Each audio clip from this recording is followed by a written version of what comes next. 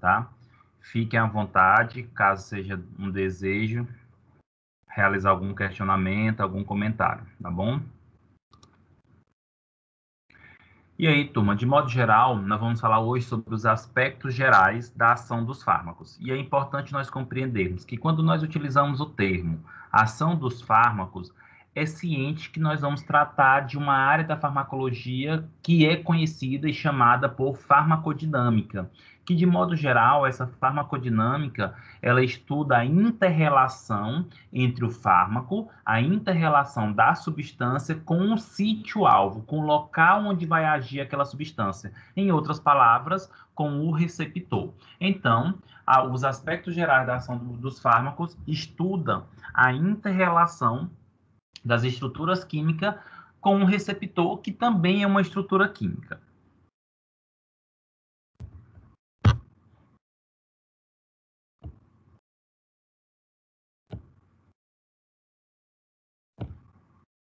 E aí, turma, quando nós falamos dessa interação fármaco-receptor, ela ocorre durante uma fase específica, né, na conhecida fase farmacêutica, que é dividida em fase farmacêutica, farmacocinética e farmacodinâmica. Então, toda vez que vocês utilizarem o termo ou encontrar o termo receptor, é ciente que está tendo uma relação aí com a farmacodinâmica. E aí já chama a atenção de vocês para uma situação que é essa imagem que está representada aí nesse slide, né? Que de modo geral é uma hemácia, tá? E na superfície dessa hemácia nós temos de modo geral alguns receptores. E ligado a esse receptor nós temos substância e tem outras substâncias que estão tentando se ligar a este receptor.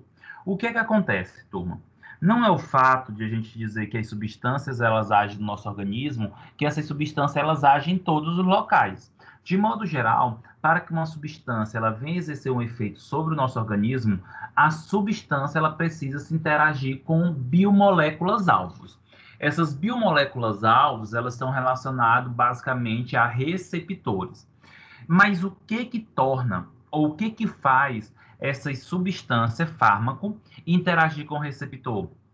São as interrelações ou as forças intermoleculares. De modo geral, é preciso compreender que quando eu falo fármaco, é uma substância química. E quando eu falo receptor, também é uma substância química. Então, quando ambos interagem entre si, significa que os elementos, que os átomos estão encontrando-se, estão interagindo entre si.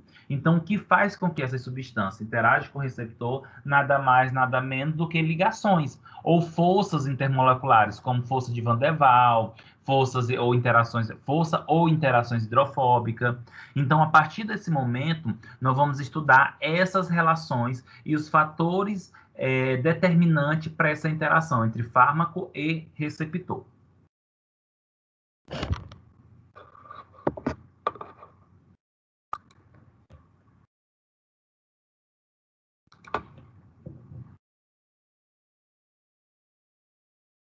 Olha só, gente. A efetiva ligação do fármaco ao seu receptor promove uma ativação de mecanismos fisiológicos no organismo, levando à ação biológica. Em outras palavras, toda vez que uma substância ela consegue interagir com um receptor, ela vai fazer com que ocorra um desencadeamento de alguma ação no organismo.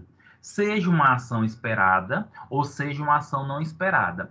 Lembrando que as substâncias, quando interagem sobre o organismo, aliás, as substâncias, quando interagem sobre os receptores ou interagem com os receptores, ela pode interagir de duas maneiras. Ela pode interagir de uma forma agonista e também pode interagir de uma forma antagonista. Lembrando que quando eu falo da prova da interação, né, agonista, que tem uma prova associada a uma capacidade da substância ativá-la, o receptor, e assim exercer a função daquele receptor, como também, se por acaso eu me refiro à substância antagonista, ela tem a capacidade de interagir com o receptor, contudo não ativa o receptor, logo não vai desencadear a ação esperada pelo aquele receptor.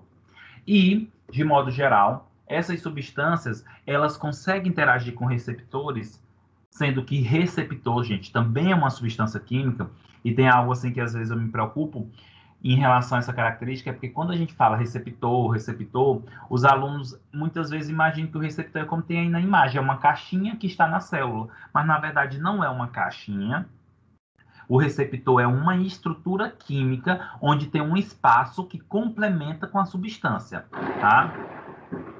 E aí, turma, para que ocorra essa ligação do fármaco com o receptor, isso acontece pelas forças intermoleculares. Fazendo aí a etiologia, ou desmembrando a palavra intermolecular, significa o quê? Uma força entre moléculas, tá? E essas forças entre moléculas, em outras palavras, é conhecido como ligações, tá? Como vocês podem observar aí, pode ter uma força hidrofóbica ou interação hidrofóbica, que pode favorecer essa interação, essa força intermolecular, ou ligações eletrostáticas, como a ligação iônica.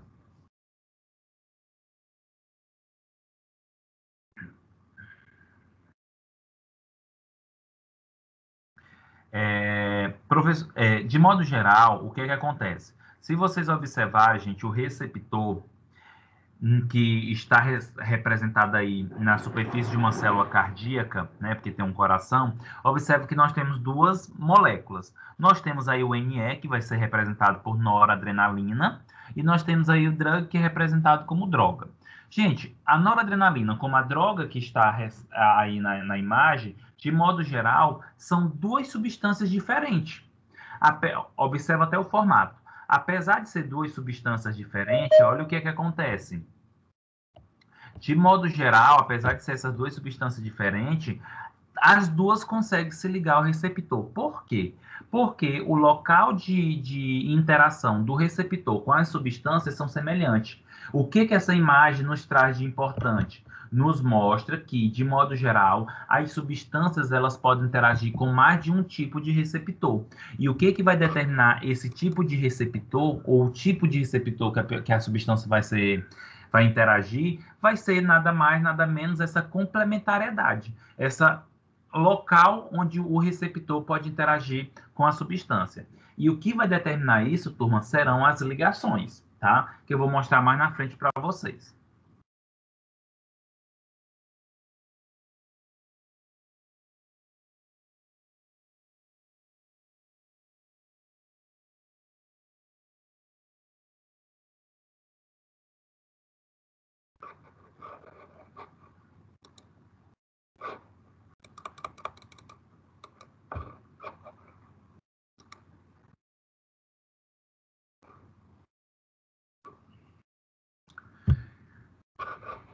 E aí, turma, diante desse contexto, é importante nós entendermos quais são os tipos de mecanismo de ação dos fármacos.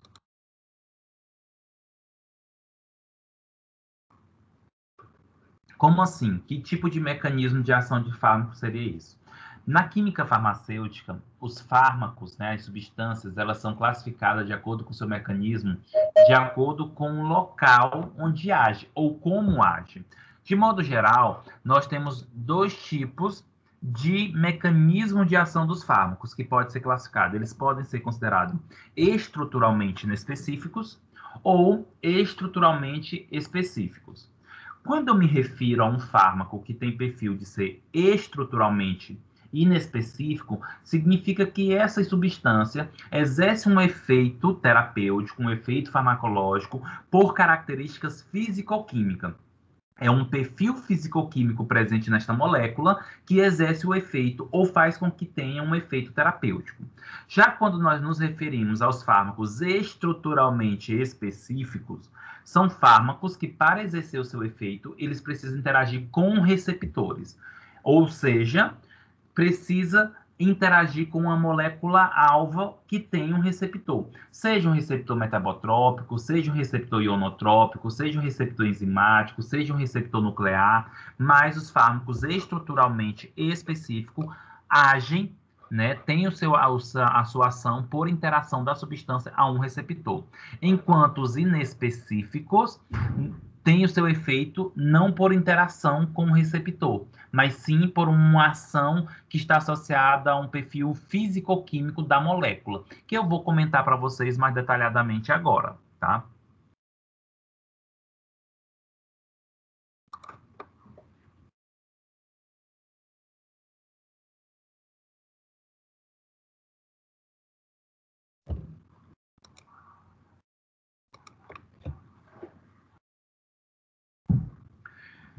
Dentre uma definição que está associada aos fármacos que são considerados estruturalmente inespecíficos, tem-se são aquelas, né, são substâncias que dependem única e exclusivamente de suas características físico-químicas para produzir a ação biológica sobre o sistema fisiológico. Para tentar ficar um pouco mais claro para vocês, um exemplo muito clássico que está associado aos fármacos estruturalmente inespecíficos são os anestésicos. Turma, os anestésicos, eles impedem a transmissão ou a informação para o indivíduo perceber a dor por um mecanismo inespecífico. Como assim? Os fármacos anestésicos, eles têm basicamente, gente, um perfil muito lipossolúvel, tá? Por ele ter esse perfil lipossolúvel, olha o que acontece. O anestésico, ele acaba se dissolvendo, ele acaba se solubilizando na membrana plasmática, por ter um perfil muito lipossolúvel. Consequentemente, esses anestésicos, eles impedem a bomba de sódio e potássio, ou seja, impede a entrada de sódio e impede a saída de potássio. Nesse contexto, não tem o impulso nervoso. Não tendo o impulso nervoso, o cérebro não reconhece que tem alguma coisa errada ali e não manda informação para dizer que tem alguma coisa errada. Logo, a percepção à dor, ela é perdida, tá? Observa que nesse caso que eu acabei de contar para vocês, em nenhum momento eu estou me referindo a receptor, mas eu estou dizendo que o mecanismo de ação está associado a um perfil lipossolúvel do anestésico. Tá? E dentre essas propriedades fisicoquímicas que vão influenciar bastante nessa característica aí dos fármacos estruturalmente inespecíficos, são elas: solubilidade, coeficiente de partição, pKa. Todos esses daí podem favorecer um efeito a uma substância ou não. Lembrando que solubilidade é a capacidade da substância em dissolver-se em um solvente, seja um solvente polar ou um solvente apolar, tá? Levando aí uma característica hidro ou lipossolúvel. Quando nós nos referimos a coeficiente de partição, eu estou dizendo uma característica de o fármaco ter um perfil lipossolúvel, porque coeficiente de partição está associado a isso. E pKa é a característica aí da acidez ou da alcalinidade. Lembrando que quanto menor o pKa, mais ácido a substância é. Quanto maior o pKa, mais básica ela vai ser.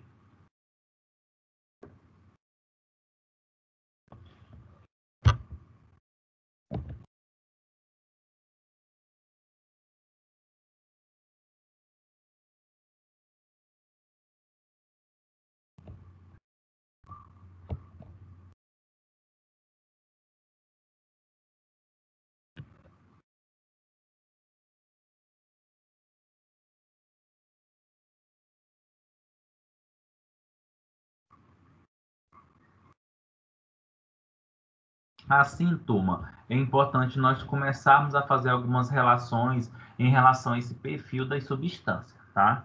Até porque a gente precisa fazer uma comparação do que seria uma substância inespecífica e o que seria uma substância específica. Como comentado para vocês anteriormente, a substância inespecífica, ela acaba tendo um mecanismo de ação, ou atuando no nosso organismo por um processo físico-químico. Diante disso, nós temos algumas verdades associadas aos fármacos que são inespecíficos. Olha só. Os fármacos inespecíficos, eles atuam em doses relativamente elevadas, tá? Ou seja, para que os fármacos inespecíficos eles possam vir exercer um efeito sobre o nosso organismo, é necessário uma grande dosagem, né? Uma alta dosagem, para que venha ter esse efeito. Porque, lógico, turma, porque o que influencia o efeito de um fármaco inespecífico é a característica a característica fisicoquímica. Então, acaba sendo necessário aumentar um pouco essa dose para sobressair esse perfil fisicoquímico, tá? Só que aí, isso chama um pouco a atenção, pois, possivelmente, os fármacos que a gente precisa dar altas dosagens, tem uma tendência de ser um pouco mais tóxico, né? Lembra aquele conceito bem batido da farmacologia, que o que diferencia o medicamento do veneno é a dose. Consequentemente, quando um fármaco, para exercer um efeito, precisa de alta dosagem, então tem uma possibilidade de ser tóxico ou de levar à toxicidade. Principalmente se você não tiver um controle ou não saber o perfil do paciente, visto que ele pode ter alguma desordem hepática, renal e levar a uma influência. Em relação à estrutura química, os fármacos inespecíficos, gente, embora apresentem estrutura químicas muito variada, sem nenhuma relação entre si, podem provocar reações biológicas semelhantes.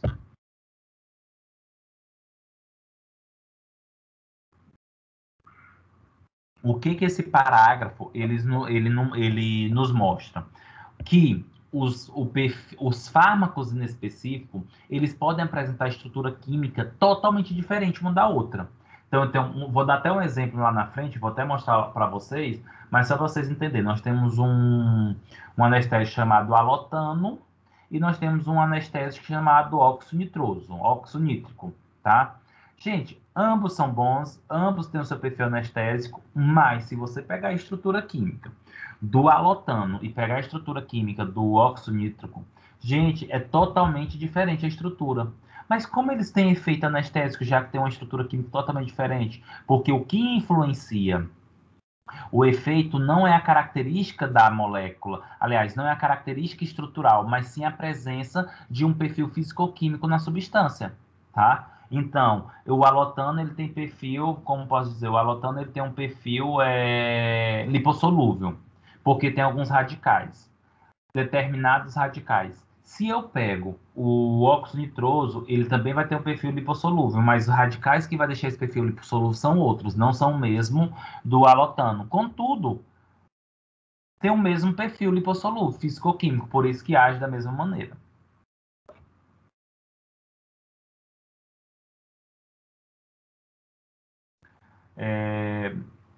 E isso, então, nos mostra o seguinte, que pequenas alterações em sua estrutura química não resultam em alterações acentuadas na ação biológica, porque o que influencia nesse contexto é o perfil físico-químico.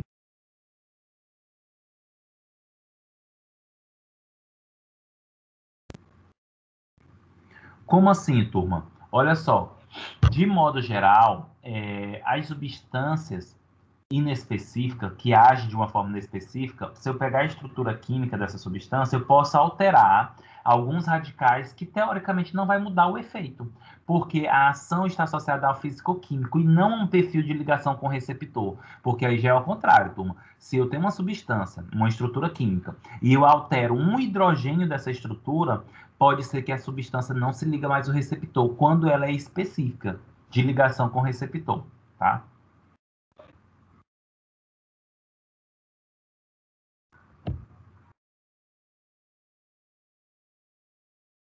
E trago para vocês aqui o exemplo que eu comentei anteriormente, né? Que são dos fármacos inespecíficos, que está associado, por exemplo, aos anestésicos, tá? Exemplo clássico de fármacos estruturalmente inespecíficos são os anestésicos gerais, que atuam não por ligações específicas a receptores, mas por ações inespecíficas sobre o sistema nervoso central, tá? Ou seja, com aquela característica que eu comentei para vocês. Como um fármaco anestésico tem um perfil é, lipossolúvel, acaba literalmente levando a uma diluição, né, uma solubilidade na membrana e impede a passagem do influxo ou do impulso nervoso. E de que maneira, por exemplo, os anestésicos gerais podem agir? Aumentando a solubilidade das membranas biológicas ao lipídio ou às substâncias lipídicas, por isso que impede a passagem aí impede a passagem, a entrada do sódio e potássio, impede o impulso nervoso. Diminuindo o impulso nervoso, diminui o limiar de excitabilidade neuronal, então os neurônios ficam mais relaxados e acaba não tendo atividade neuronal, acaba tendo uma depressão inespecífica. Dessa maneira, acaba tendo um efeito anestésico. Lembrando que em nenhum momento eu falei para vocês aqui da interação com o receptor, porque todo fármaco que interage com o receptor já não é inespecífico, é específico.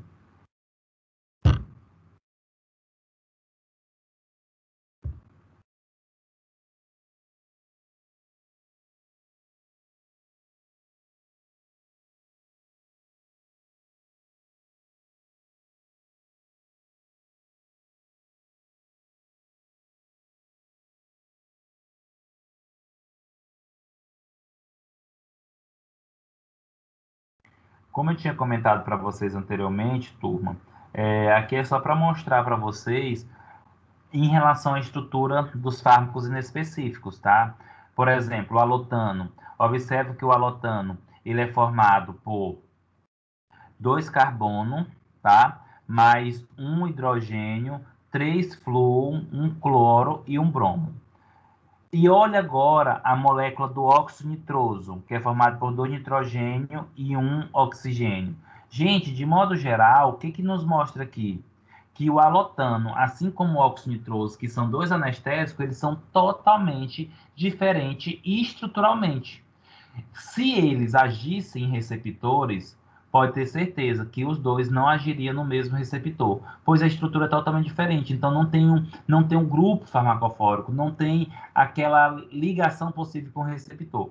Mas como a ação aqui está associada a um perfil físico-químico, não importa a estrutura. Se ambos têm o mesmo perfil físico-químico, aí vão agir da mesma maneira.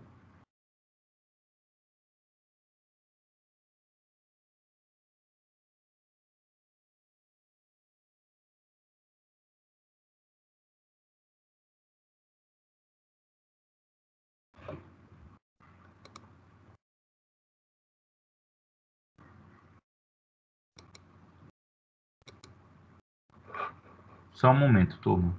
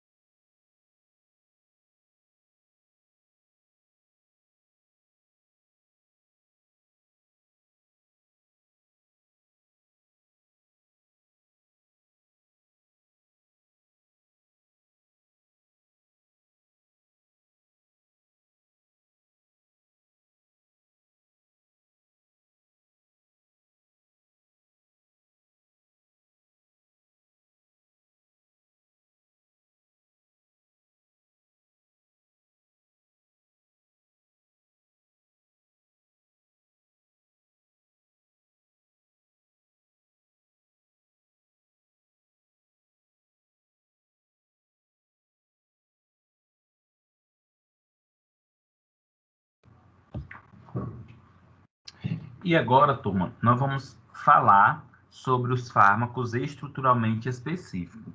É importante vocês compreenderem já essa diferença, né? Fármacos inespecíficos e fármacos específicos.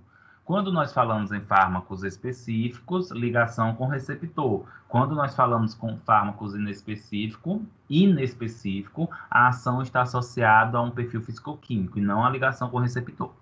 Então, definição dos fármacos de acordo com o tipo de ação por eles agirem receptores, né, que são os específicos. São aqueles que sua ação estão diretamente ligada à sua estrutura química e tridimensional, exercendo sua atividade por ligação direta e específica sobre biomacromoléculas-alvo. Em outras palavras, esse parágrafo ele nos traz a seguinte informação: que um fármaco que tem um mecanismo de ação por ligação ao receptor, ele é estruturalmente específico, mas essa ligação ao receptor está associada ao quê? A uma estrutura química, tanto do fármaco quanto do receptor, que está associada a um perfil tridimensional, pois tem que ter uma complementariedade, tem que ter um encaixe. Diante disso, as principais macromoléculas que apresentam esses receptores ou que têm esses receptores que as substâncias podem se ligar são receptores ligados à enzima, receptores metabotrópicos, que é o conhecido receptores de proteína G, receptores ionotrópicos ou receptores acoplados a um canal iônico e receptores nucleares ou receptores que estão no núcleo, tá? Então, todos esses locais aqui são passíveis de interação com receptores e, consequentemente, com a substância. Assim como os fármacos inespecíficos, os fármacos específicos eles têm um perfil para tornar ele ser específico, tá? Então, de modo geral, como esses fármacos eles se ligam aos receptores e, por si só, os receptores são responsáveis por desencadear a ação biológica, né, ou farmacológica, o que que acontece? Basta pequenas doses, tá? Pequenas doses é o suficiente já para ativar ou bloquear o receptor e, consequentemente, executar uma ação esperada ou não no organismo. Qual seria um problema, por exemplo, dos fármacos que são estruturalmente específicos nesse contexto? Turma, como os fármacos específicos, eles acabam, como posso dizer, eles acabam que em pequenas doses já tem uma afinidade tão grande pelo receptor e exercem um efeito sobre o receptor, o que é que acontece? Eles têm uma maior probabilidade de levar o que nós chamamos de dessensibilização de receptores. O que significa isso, essa dessensibilização de receptores? Significa que o receptor vai ficando cada vez mais difícil de interagir com a substância. É como se ele se acostumasse. E aí a substância vai perdendo seu efeito. E para exercer o efeito novamente, ou você retira aquela substância ou aumenta a dose. E aí vem um risco, né, de uma intoxicação.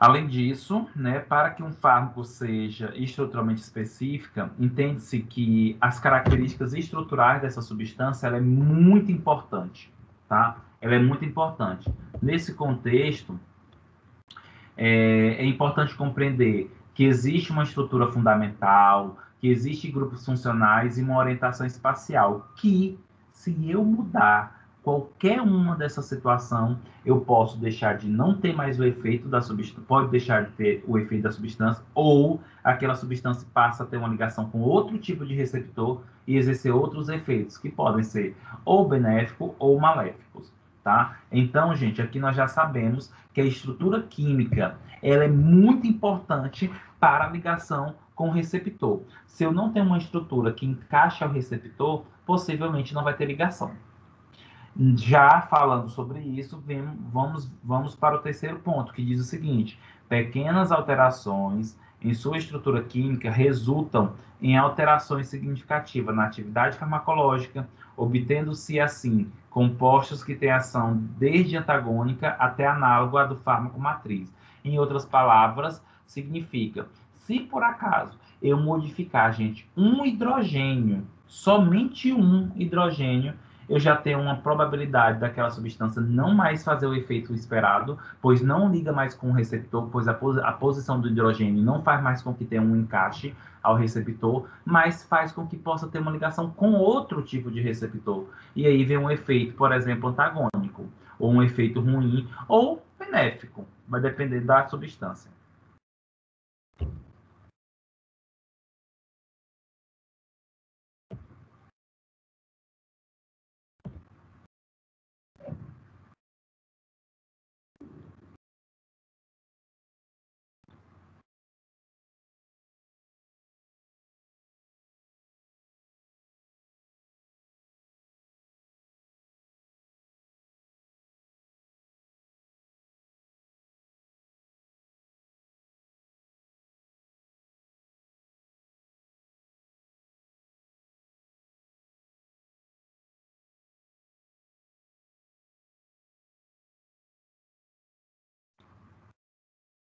E aí, turma, como nós temos aí como uma grande importância, literalmente, os receptores aqui nesse contexto, é importante compreender o seguinte, em relação aos receptores, certo? Gente, as substâncias elas se ligam aos receptores, né, por algumas características. E quem determinou essas características, de modo geral, bem simplificado, foi Emil Fischer. O que é que ele diz? Que para que uma substância ela possa interagir com o receptor, essa substância ela tem que ter um perfil de complementar esse receptor. Ou seja, eu estou aqui afirmando que a substância, gente, ela tem, de modo geral, uma capacidade de encaixe com o receptor.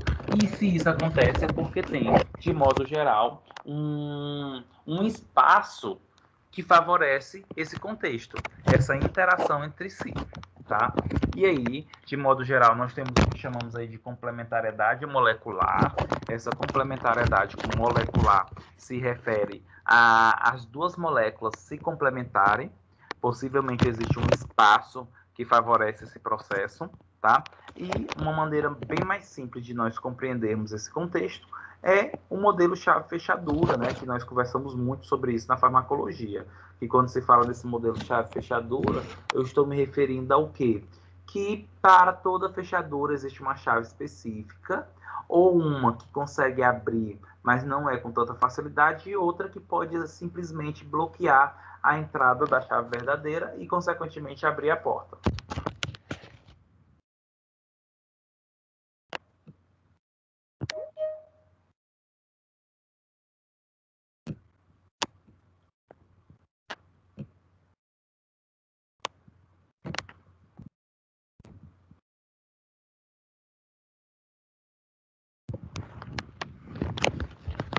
E aí, turma, seguindo essa característica proposto, né, por M. Fish, ele fala o seguinte, que de modo geral as substâncias elas podem se comportar de três maneiras, através de, sendo considerado, por exemplo, uma chave original, uma chave modificada ou uma chave falsa. De antemão, eu informo para vocês que quando eu falo chave original e chave modificada, são substâncias que têm um perfil de se ligar com o receptor e, consequentemente, ativá-lo, tá? Lógico que a substância original, né, ou a chave original, vai ter um quê diferente. Como assim? Tanto a chave original como a chave modificada consegue interagir com um receptor, consegue interagir com uma fechadura. Contudo, a chave original é bem mais fácil, é bem mais simples, tem um encaixe perfeito, porque é a própria daquela fechadura. Consequentemente, além dela abrir a porta, ela vai ter uma atividade intrínseca. O que seria essa atividade intrínseca? É como se tivesse uma facilidade mais, ou um efeito mais aguçado em si. Já a chave modificada é aquela literalmente que se liga ao receptor na biomacromolécula alvo, contudo, ela tem um pouquinho mais de dificuldade que aconteça essa interação. É como se não tivesse um encaixe perfeito, apesar de ter tido uma interação com o receptor.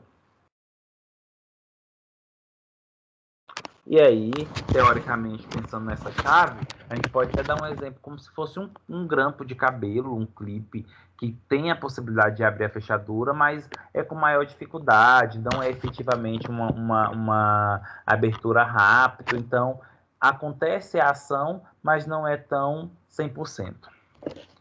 Já a chave falsa se refere a uma substância antagônica, ou seja, uma substância que é antagonista, e está relacionado à característica de conseguir também interagir com o receptor, mas ela já interage de uma maneira que faz bloquear o receptor, deixando com que o receptor não exerça uma função fisiológica.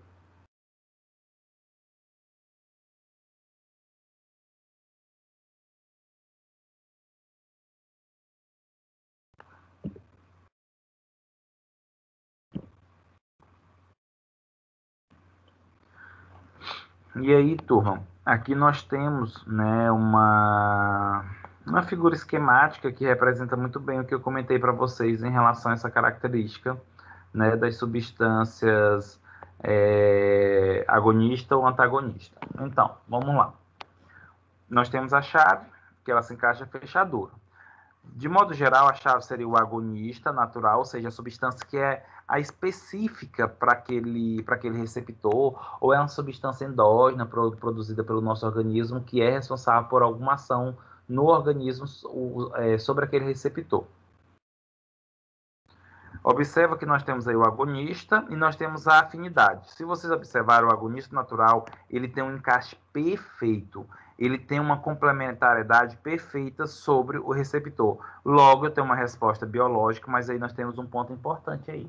A substância original, por ela ter esse encaixe perfeito, vamos dizer assim, 100%, ela acaba tendo uma estatística mais bonita. Ela acaba tendo uma característica mais de ligação entre si.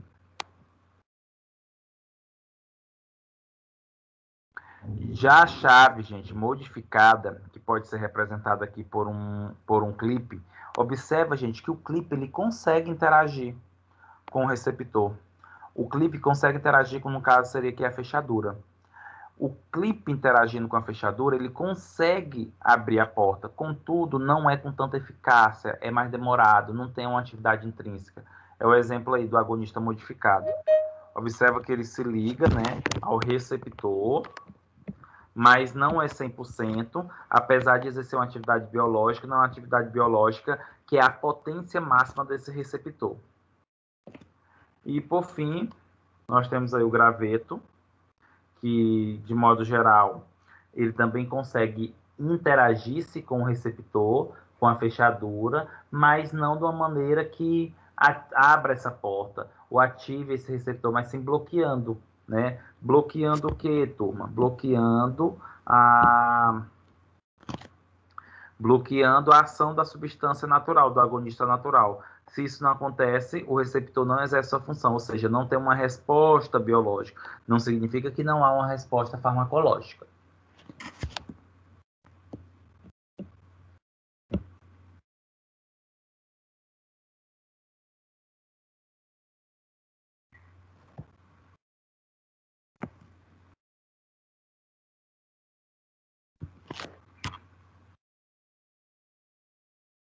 Turma, assim como eu dei o exemplo lá dos fármacos estruturalmente inespecíficos e coloquei para vocês o exemplo do anestésico, nós temos também alguns fármacos que são estruturalmente específicos.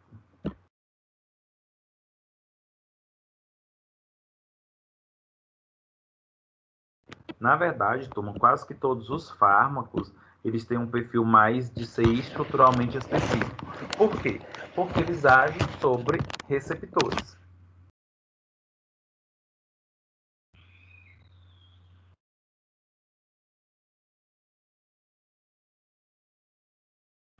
Assim,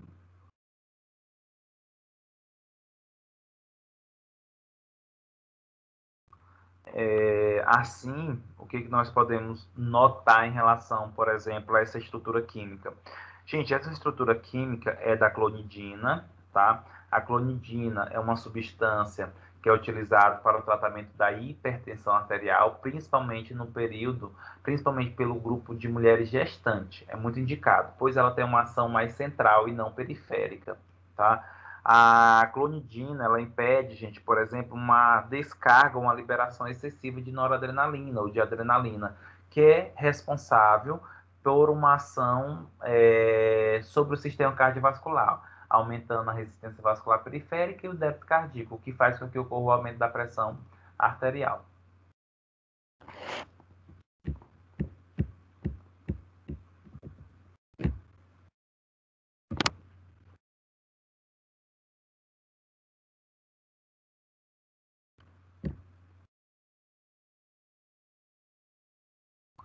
Outro fármaco, turma, que tem um perfil de ação sobre receptores, ou seja, são específicos, nós temos a cimetidina, tá?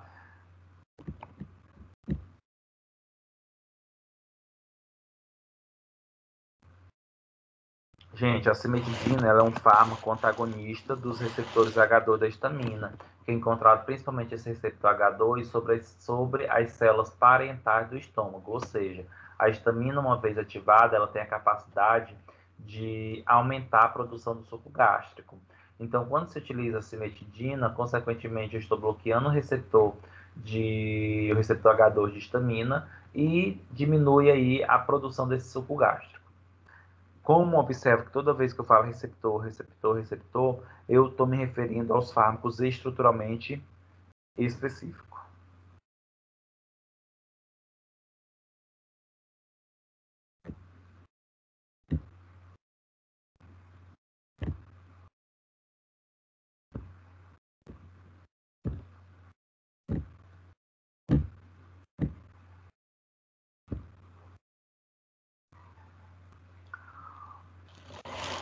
Outro fármaco, né, que é considerado também estruturalmente específico, nós podemos citar o atenolol. O atenolol é um fármaco beta-bloqueador. Consequentemente, por ser um fármaco beta-bloqueador, ele não age, eles agem sobre receptores adrenérgicos, né, ou receptor alfa ou receptor beta. Nesse caso, o atenolol ele é específico para o receptor, seletivo para o receptor beta, e isso faz o quê? Com que, uma vez ligado o atenolol a um receptor adrenérgico, ou seja, um receptor beta-adrenérgico, o que é que acontece? Esse receptor ele impede a ação do agonista, não tem a ligação da adrenalina a esse receptor. Logo, se não tem ação da adrenalina, nós temos aí uma diminuição da hipertensão arterial ou a diminuição da pressão arterial. Por quê? Porque o atenolol tem a capacidade de impedir a ação da adrenalina sobre o receptor, que seria o que leva ao aumento da pressão, que no caso aí seria o aumento do débito e da resistência vascular periférica.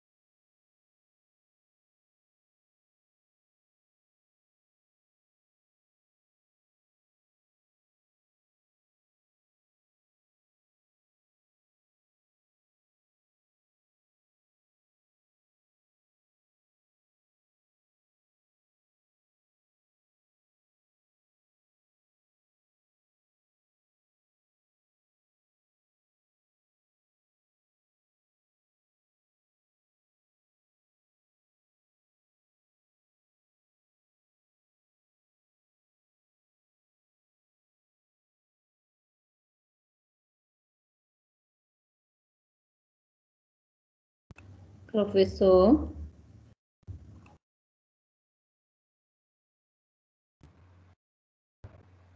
Oi, oi. Deu problema, gente? Eu não estava escutando nada. Ah, deve ter sido alguma falha aqui na internet. Ouvindo direito, né?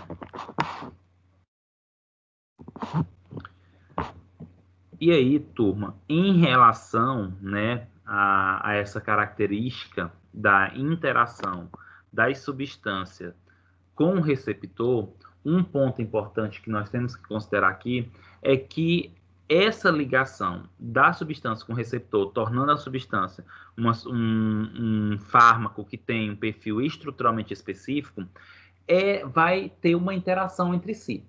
Nesse contexto, o que acontece? Nós podemos verificar ou, de modo geral, tentar medir essa força de interação entre o fármaco e o receptor, tá?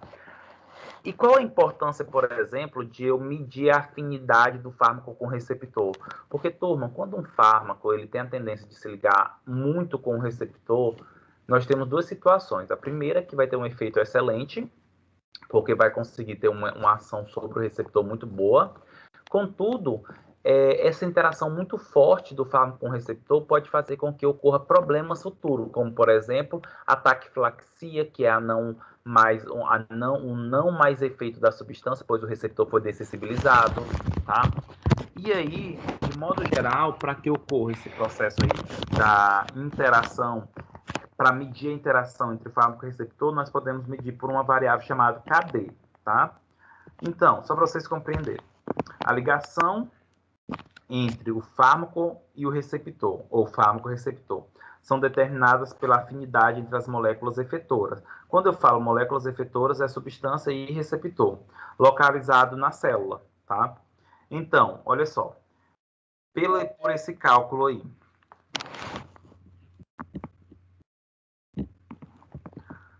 por essa formulazinha matemática, só para vocês compreenderem. Então, eu tenho o fármaco isolado e eu tenho um receptor isolado. Então, vamos imaginar que eu tenho um X fármaco e Y receptores. Gente, quando o fármaco e o receptor estão interagindo entre si, nós formamos aí o complexo fármaco-receptor. Ou seja, está se ligando a substância, o receptor e a substância.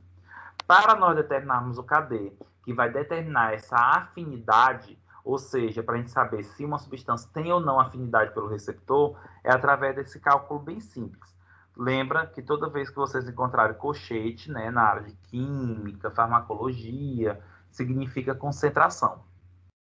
E aí, toda vez que vocês encontrarem o KD, aliás, toda vez que vocês encontrarem o colchete, é concentração. Então, observa aí a concentração de fármaco vezes a concentração de receptor dividido pela quantidade de receptores que estão ligados ao fármaco. eu vou encontrar, então, o número de KD. Se eu tenho, gente, um KD baixo, ou seja, quanto menor for o KD, mais afim ou mais afinidade a substância tem pelo receptor. O que torna essa substância o quê? Bem mais efetiva, possivelmente doses bem baixas já vai ter um efeito significativo, contudo, leva àquele problema que eu comentei da possibilidade da substância, com o passar do tempo, não exercer mais um efeito, porque não tem mais uma resposta ao receptor. Exemplo.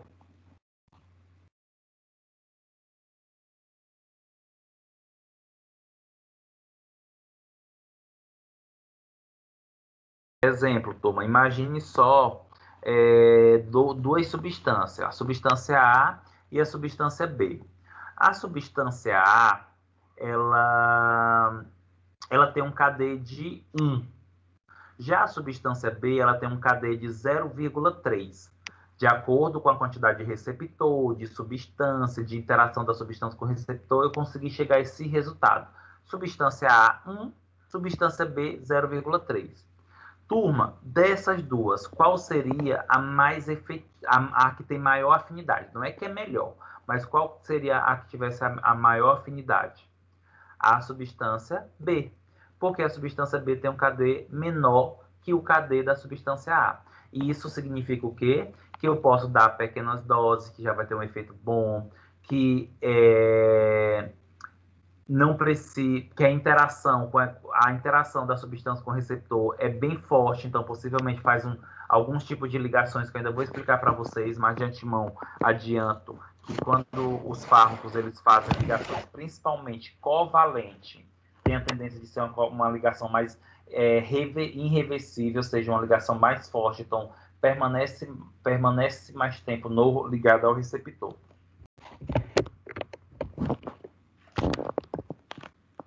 Certo, turma? Alguma pergunta, algum comentário?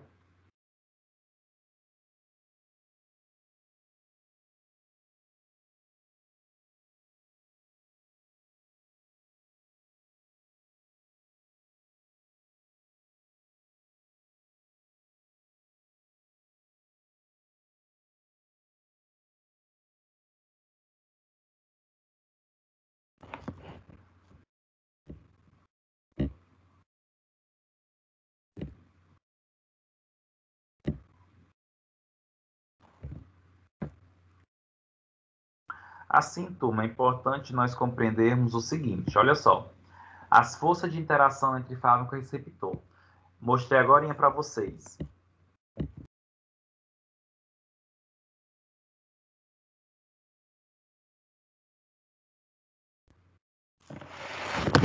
Mostrei agora para vocês, né, a interação do fármaco com o receptor, ela é medida por uma variável chamada KD, né? E essa força de interação, ela está associada às ligações que os fármacos podem fazer com os receptores, né? E, de modo geral, as principais ligações ou interações que envolvem essa característica dos fármacos são as ligações covalentes, interações iônicas, também conhecidas por ligação iônica, ligação de hidrogênio, interações de Van der Waals, interações hidrofóbicas, tá? E aí, turma, é importante compreender que essas ligações, elas só acontecem com os receptores. As substâncias só interagem com receptores através dessas interações, dessas forças intermoleculares, dessas ligações eletrostáticas. Mas isso só acontece por algum fator. Qual seria o fator? Olha só, de modo geral, a maioria os átomos, os elementos químicos, gente, o sonho deles, o desejo deles é se tornarem estáveis. Como, por exemplo, os gases nobres, que são estáveis, de modo geral, com 8 elétrons na camada de valência. Contudo, nem todos os elementos químicos têm 8 elétrons na camada de valência. Um exemplo clássico, o carbono. O carbono, gente, só tem 4 elétrons na camada de valência, né? E, de modo geral, por isso que ele pertence à família 4A, e, de modo geral, para que o carbono ele se torne estável, ele precisa fazer 4 ligações de compartilhamento de elétron, ou seja, ligações covalentes. essas interações que acontecem entre o fármaco e o receptor, que são através das ligações ou das interações, mas principalmente das ligações covalente iônico, é justamente explicando o motivo dessa interação, porque os átomos querem se tornar completos e estáveis. E para se tornar estáveis, eles precisam compartilhar, trocar esses elétrons entre si. Por isso que eles acabam se interagindo e se encaixando. Mas é importante compreender, gente, que no geral, essas ligações que eu mostrei para vocês, essas interações, são ligações fracas e como resultado obtém-se normalmente interações reversíveis.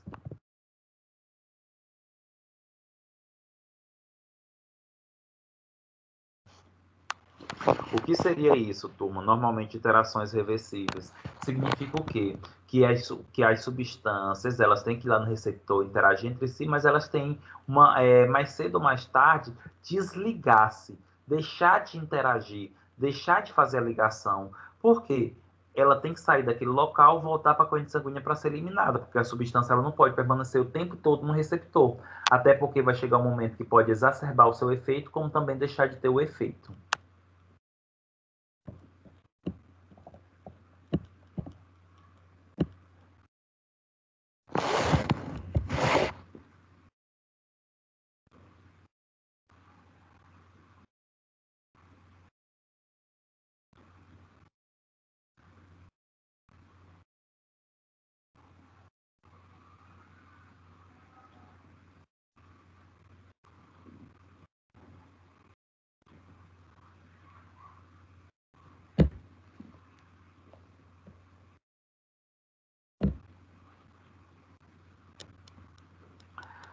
Turma, nesse contexto, é importante nós compreendermos essas interações entre fármaco e receptor. Olha só, a interação do complexo fármaco-receptor, lembrando que quando eu falo complexo fármaco-receptor, estou dizendo que já teve a ligação do fármaco com o receptor. E para isso, né, acontecer esse complexo, é mediante algumas condições bastante específicas. Então, eu vou colocar para vocês duas situações, ou dois, como eu posso dizer, fatores que influenciam a formação desse complexo. O primeiro fator é a complementariedade espacial entre o fármaco e o receptor. Para que tenha, turma, um encaixe entre o receptor e o fármaco, precisa ter um espaço entre eles, ou mais principalmente no receptor, para que tenha o encaixe, tá? E segundo, é que precisa ter a formação de ligações químicas. Como é que a substância vai conseguir interagir-se com o receptor se não faz ligações? Pode ter o espaço, mas se a substância não tiver elementos que complementa, que se liga ao receptor, pode ter certeza que não vai ter ação. Tá? Então, não basta ter o espaço. Além do espaço, tem que ter interação química. E para ter essa interação química, tem que ter átomos na substância, no fármaco, como também tem que ter átomos específicos no receptor.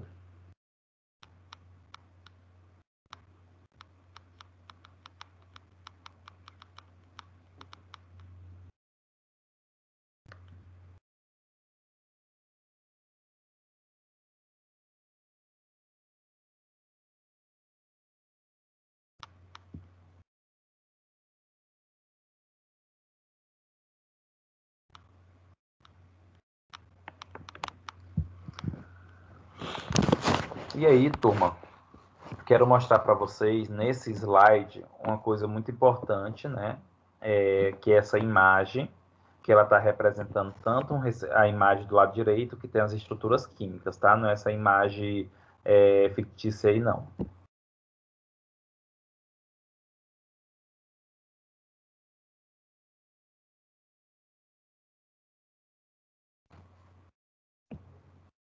Se vocês observarem, na estrutura do lado direito, nós temos aí uma estrutura. Nós temos a estrutura química, que é representada por bolinhas coloridas, que aí é a substância, e ao redor, nas extremidades, nós temos o receptor, tá? Na verdade, turma, isso é um único receptor, apesar de ter porções distintas, porções diferentes, tá? Então, é um único receptor. O que é que acontece? Observa que nós temos esses dois fatores que são condicionantes para que tenha a interação e o complexo fármaco-receptor, que é o espaço e as ligações químicas. Observa, gente, que existe um espaço dentro do receptor que é o local onde vai se ligar a substância, certo? E além disso, do espaço, observa essas linhas tracejadas da substância ligando-se com os receptores. Vou chamar a atenção para vocês, primeiro, para essa interação que está acontecendo aí entre o anel benzeno e uma cadeia fechada da substância. O anel benzeno, que está na parte superior, tá? Que está na parte superior. E lembrando que o anel benzeno, gente, é uma cadeia cíclica com 6 carbonos, fazendo ligações intercaladas, pois elas fazem ressonância. Tá? E observa que na substância também tem uma cadeia cicla, né? Possivelmente é um anel aromático também.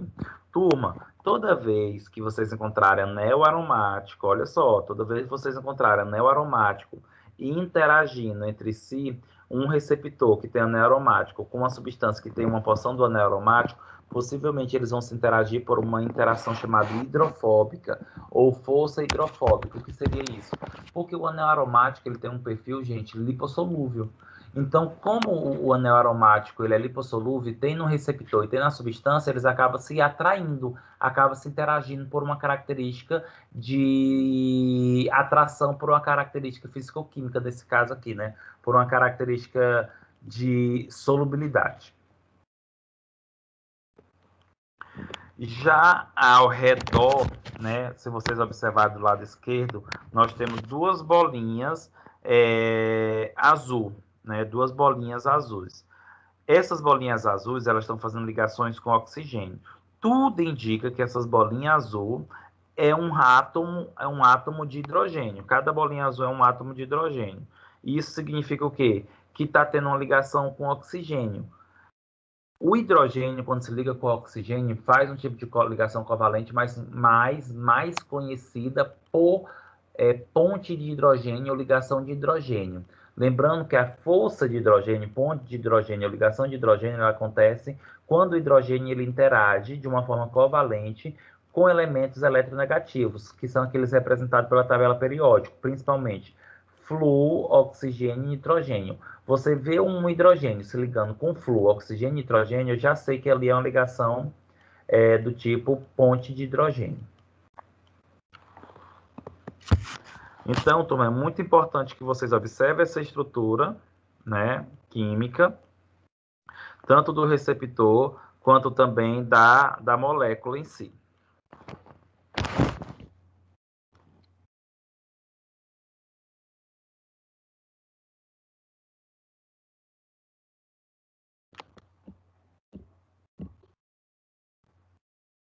Alguma pergunta, turma? Deu para compreender esses receptores, essa substância dessa imagem?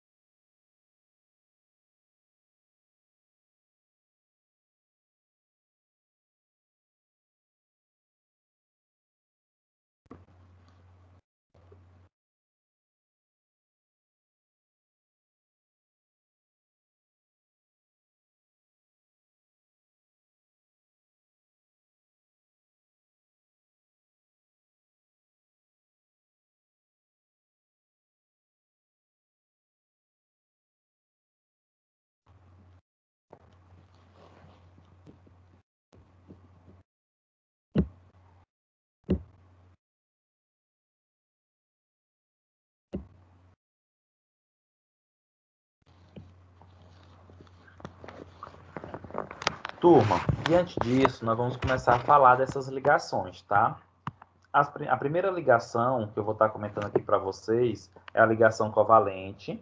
De modo geral, essa ligação covalente, ela está associada a um compartilhamento de elétron entre átomos, né? São as ligações químicas de elevada energia para a sua formação, ok? Consequentemente, as ligações covalentes são consideradas ligações fortes, e aí, gente, já vem um tipo de situação que vocês têm que entender aqui. Quando a gente fala que a ligação é forte, significa que ela tem um perfil irreversível. Mas quando eu falo que ela tem um perfil irreversível, não significa que ela não vai se desligar, a molécula não vai se desligar do receptor, mas ela vai permanecer por mais tempo. E quando se permanece uma substância ao receptor por mais tempo, aí nós temos que pensar em alguns critérios, em alguns fatores. Em que sentido? Por exemplo, os receptor, a substância ela vai demorar mais tempo no organismo, então qual é o intervalo de dose, quanto tempo que tem que ser administrado? Isso é muito importante fazer essa relação.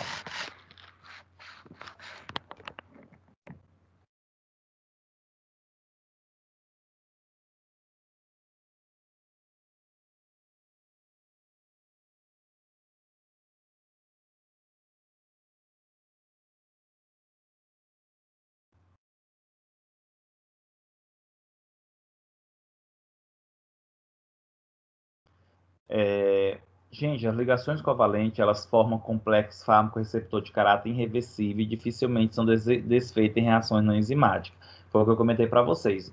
Quando eu utilizar o termo irreversível aqui, eu estou me referindo quando uma substância ela está ligada ao receptor, mas ela demora mais tempo, demora tempo para se desligar. E para que ocorra geralmente o processo de desligamento ou de rompimento de uma ligação covalente entre um fármaco e receptor, precisa da participação de enzimas. Só para vocês terem ideia o tanto que é forte essa ligação, visto que precisa da participação de enzima, que é uma substância catalisadora, tá? Apesar disso, as ligações covalentes, elas não são ligações tão comuns entre fármacos e receptores, tá? Justamente por essa característica aqui. Quando se vai desenvolver, por exemplo, uma substância, se pensa, vamos colocar a ligação, vamos colocar um átomo para ligação covalente com o receptor? Não. Até porque, turma, é importante vocês compreenderem que a maioria dos receptores que nós temos no nosso organismo, vamos dizer assim, 90%, 95% dos receptores que nós temos no nosso organismo, já foram descobertas a sua estrutura química, tá? Então, já sabe quais são os elementos presentes nesse receptor. Então, quando se desenvolve um medicamento, já também se pensa qual possíveis interações ou ligações pode acontecer, ou vai acontecer.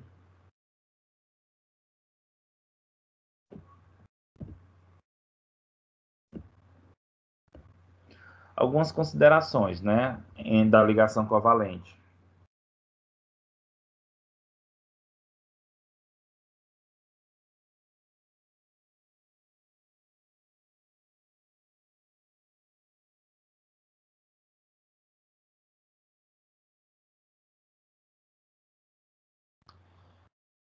Turma, algumas considerações em relação a como fazer essa ligação covalente, o que favorece essa ligação covalente, né? Então, toda vez que vocês encontrarem, por exemplo, elementos da tabela periódica que são considerados ametais, né, se ligando a ametais, vai ser uma ligação covalente. Então, ametais e ametais, ametais e hidrogênio, hidrogênio e não metais, que seriam os ametais, ou hidrogênio com hidrogênio, é ligação covalente. Só para vocês relembrarem lá da tabela periódica, né, o que seria os elementos que são ametais. Os elementos que são ametais são aqueles, por exemplo, carbono, nitrogênio, fósforo, flúor, oxigênio, enxofre, selênio, iodo, bromo, cloro. Todos esses elementos que eu falei aqui para vocês, eles são elementos considerados ametais. Então, toda vez, por exemplo, que você observar um nitrogênio ligando ao hidrogênio, já sei que é um ametal se ligando ao hidrogênio, então ligação covalente. Se vocês encontrarem um nitrogênio ligando ao nitrogênio, ametal com ametal, vai ser ligação covalente, tá? Como características fundamentais estão o compartilhamento de elétron entre os elementos envolvidos nessa ligação, tá? Vocês podem até observar aí, por exemplo, o hidrogênio se ligando ao oxigênio, nessa imagem aí acima. Turma, lembra que para que os elementos eles possam, de modo geral, ou eles têm que ter 8 elétrons na camada de valência, ou 2, a peculiaridade, né, a exceção aí do hidrogênio, que só 2 é o suficiente. Então, o que acontece? Quando o hidrogênio ele se liga com o oxigênio, ele pega um elétron do oxigênio, mais o do hidrogênio fica 2, então o hidrogênio ele fica estável. Já o oxigênio, que pertence à família 6A, tem 6 elétrons na última camada de valência, então para ele se tornar estável ele precisa de mais 2. E aí o que é que vai acontecer? O elétron do oxigênio ligado ao hidrogênio sofre compartilhamento, então acaba se tornando 8 elétrons o oxigênio e 2 o hidrogênio, se tornando totalmente estável.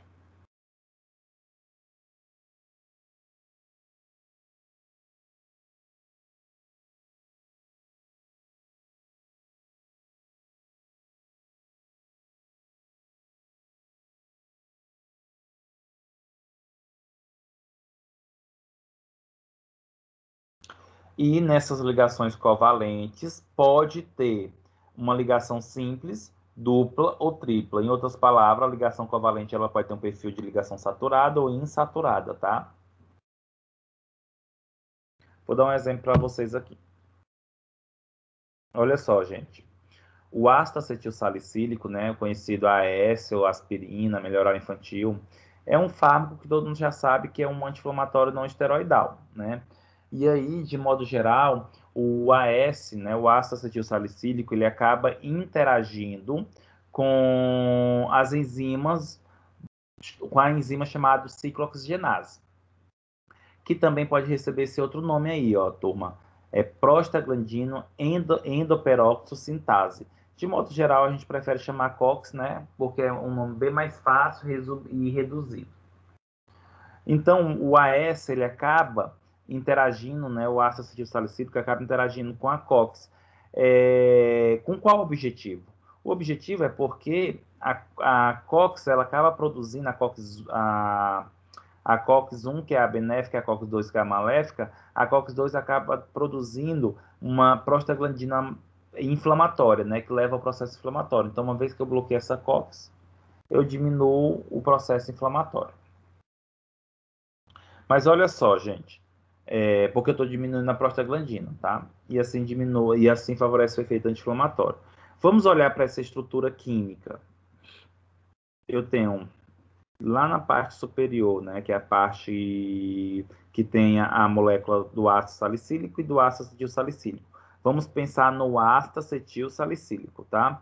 Que é representado aí por esse grupamento, que é um ácido carboxílico, que é toda vez que vocês encontrarem, gente, carbono dupla O e ligada ao carbono dupla O uma hidroxila, nós temos uma função orgânica chamada ácido carboxílico, tá? E se vocês observarem aí, nós temos uma dupla O ligada a um oxigênio, que aí já é o éter, tá? Desculpa, turma, aí já é o éster. Tá, então pensando no ácido acetilsalicílico, observa agora na estrutura de baixo, tá? Na estrutura de baixo, que nós temos aí uma sequência de informação.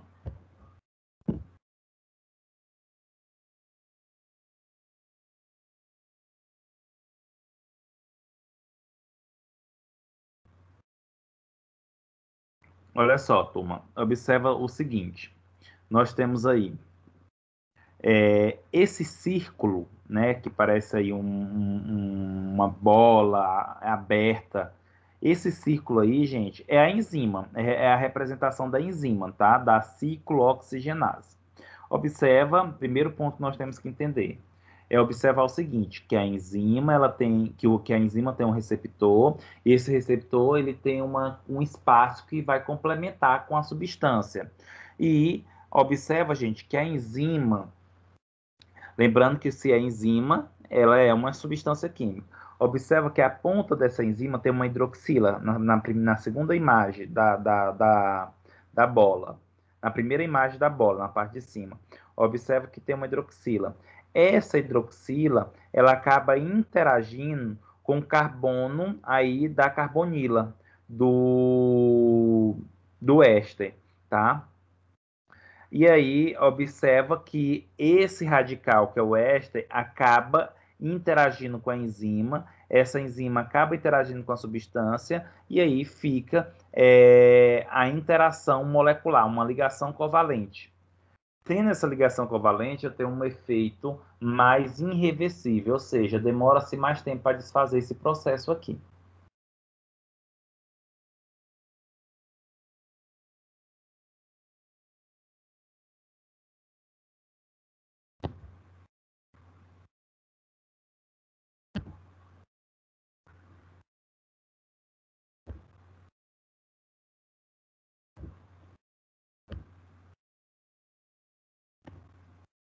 Turma, alguma pergunta? Algum comentário?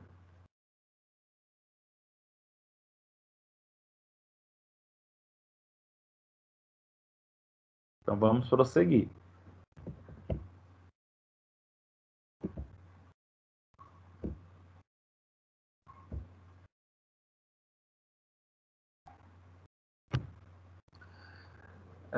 Turma, outro tipo de interação que pode acontecer entre o fármaco e o receptor são as interações hidrofóbicas, tá?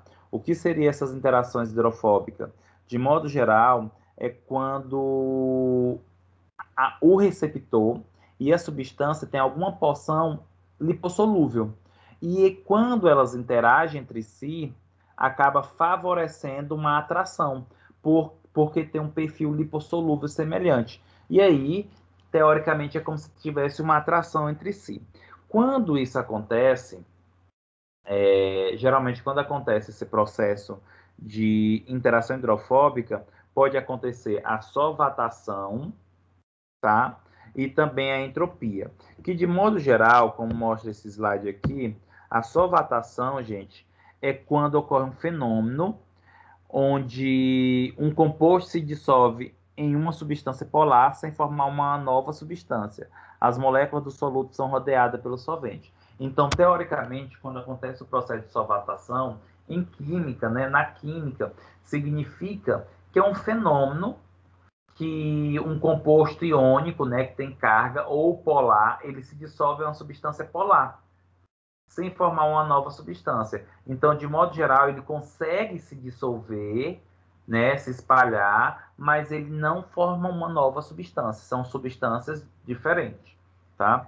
E como falei para vocês, acaba ganhando entropia, né? A entropia é a medida de desordem das partículas em um sistema físico. O que é que acontece? Como não formam uma nova substância, as moléculas elas precisam se rearranjar, elas precisam se reorganizar de uma outra maneira que não é o padrão. Por isso que ganha ou chama-se entropia.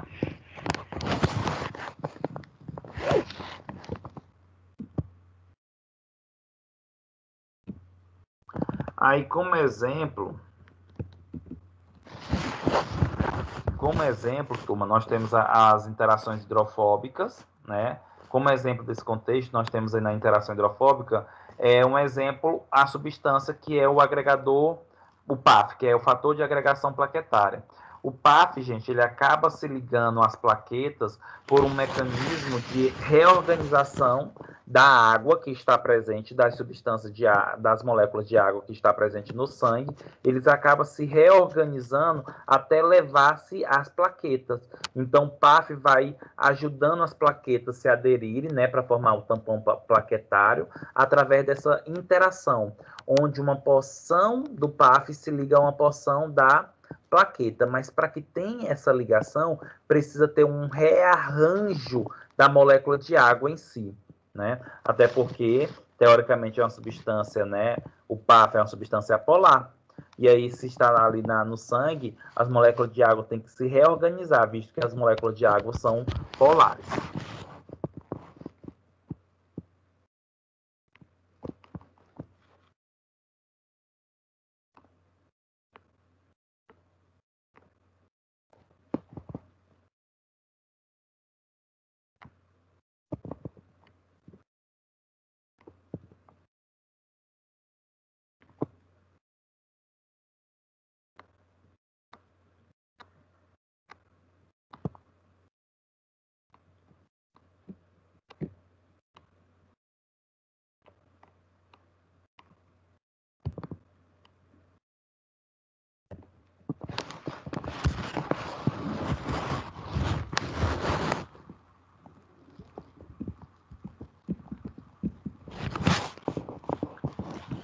Turma, uma outra ligação muito importante, aí eu vou chamar a atenção de vocês para cá, porque uma grande parte dos fármacos fazem ligações do tipo hidrogênio, tá? Ou ponte de hidrogênio, é muito comum. Então, são as mais importantes ligações covalentes existentes no sistema biológico, até porque são esses tipos de ligações de hidrogênio, gente, que dá o formato, por exemplo, do material genético, do DNA, tá? Aquela conformação de alfa-hélice, dupla alfa-hélice, é formado por essa característica da ligação de hidrogênio, tá? Por isso que eu boto aqui, são responsáveis pela manutenção da conformação de moléculas nobres para o organismo, como DNA. Só para vocês observarem, né, a ligação de hidrogênio. Gente, lembrando que ligação de hidrogênio sempre vai acontecer entre o hidrogênio e elementos eletronegativos, como flúor, oxigênio e nitrogênio, tá? Aqui é só para vocês observarem que esse formato de interação das moléculas do material genético acontece por ligação de hidrogênio. Aí à esquerda nós temos proteína e à direita nós temos o DNA. E de modo geral, turma, o material genético, aliás, de modo geral, as proteínas, elas têm muita ponte de hidrogênio, tá? Por causa dos aminoácidos.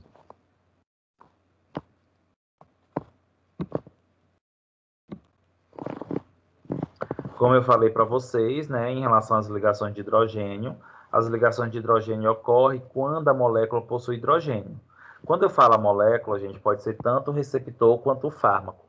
Em ambos tendo, basta outra molécula. Se o fármaco tem o hidrogênio, basta outra molécula ter um elemento eletronegativo, a substância, o receptor. Se for o receptor que tem hidrogênio, basta a substância ter o elemento eletronegativo. E aí eu trago para vocês os elementos mais eletronegativos, que é o flúor, oxigênio e nitrogênio, que eu já tinha comentado anteriormente. E aí, um exemplo, né, como eu estou dando um exemplo de cada ligação, um exemplo de modo geral de fármaco que interage com o receptor através de ligações de hidrogênio, gente, é o Sacnavir, tá? Que é um antirretroviral. O Sacnavir, que eu até mostrei a molécula para vocês dele. O Sacnavir, gente, ele é um fármaco inibidor da enzima protease, tá? Essa enzima protease, ela é responsável por ajudar na reorganização das proteínas virais e ajuda na formação do novo vírus.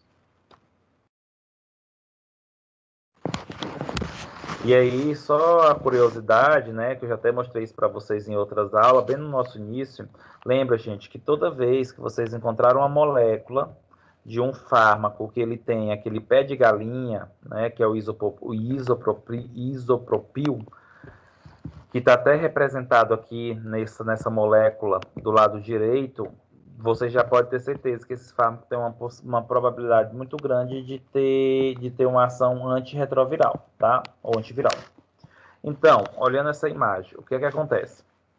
Nós temos aqui, na parte inferior e na parte superior, que está sendo representado aí pela cor azul, nós temos o receptor, né? O receptor já que o fármaco é o inibidor da protease, o receptor se encontra-se na enzima.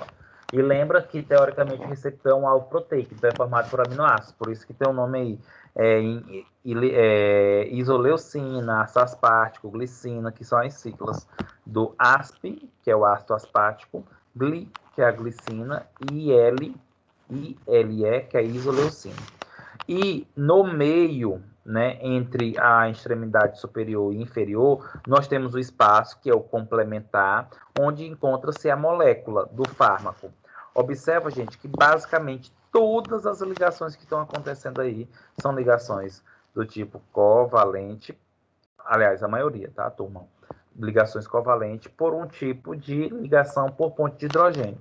Observa só, toda vez que vocês encontrar o oxigênio ligando ao hidrogênio, ligação covalente. O hidrogênio se ligando ao oxigênio, ligação covalente. E é o que muito representa nessa imagem, tá?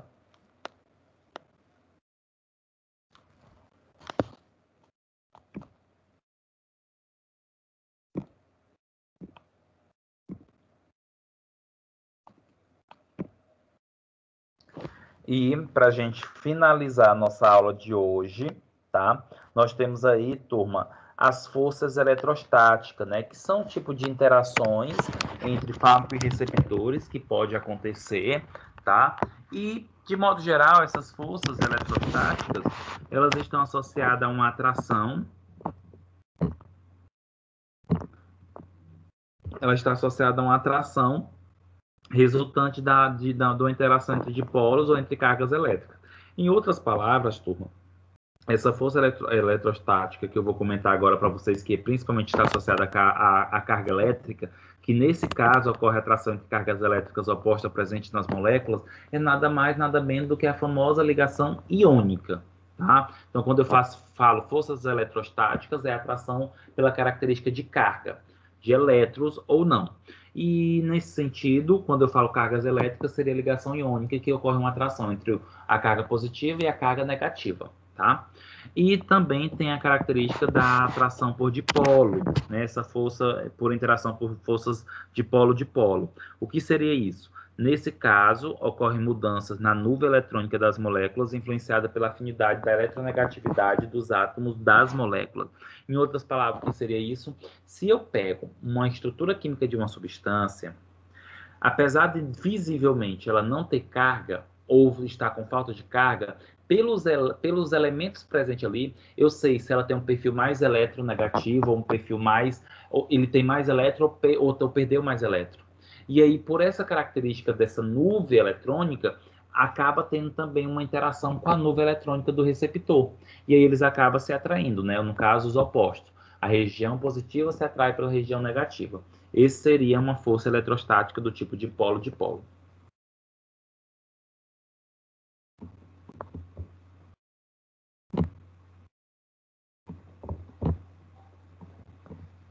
Certo, turma? Alguma pergunta? Algum comentário?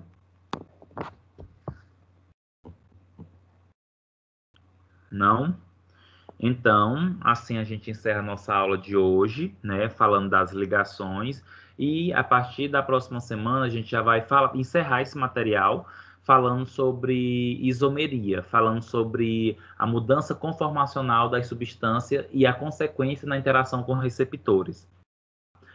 Turma, informo a vocês, né, que já está disponível a nossa última atividade formativa no sistema, acabei de confirmar, tá? E foi passada mensagem também para os representantes da turma para comunicar a vocês, ok? No AVA tem todas as informações para realizar a atividade. E também peço a vocês que quem ainda não fez o avaliar, que pegue esse tempo restante e vá lá rapidão no AVA e faça o avaliar. Isso é muito importante, tá, turma, para a gente.